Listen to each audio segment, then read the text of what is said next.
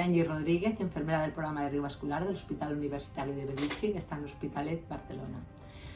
Deciros, como muy bien sabéis, que la hipercolesterolemia familiar es una enfermedad hereditaria que se expresa con concentraciones muy elevadas de colesterol, como sería el colesterol LDL superior a 190 miligramos decilitro o superior a 150 miligramos decilitro si tenéis diagnóstico genético. La enfermería tiene un papel importante tanto en vuestro diagnóstico como en vuestro seguimiento, porque es la que intentará motivar, educar, informar sobre los hábitos saludables para mantener un estado de salud óptimo, sobre todo de cara a prevenir eventos, recurrencias o complicaciones. Los hábitos saludables que hay que promover y potenciar pues serían realizar una ingesta adecuada y controlada, realizar actividad física de forma regular, evitar alcohol y tabaco, realizar un buen descanso y tener la capacidad para la gestión de emociones.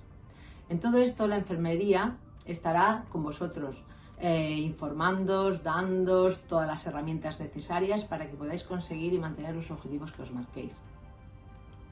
Pero sobre todo para conseguir esto, lo más importante, si me permitís, os dejaré este mensaje: que os trabajéis en la autoestima y que os prioricéis ante la vida.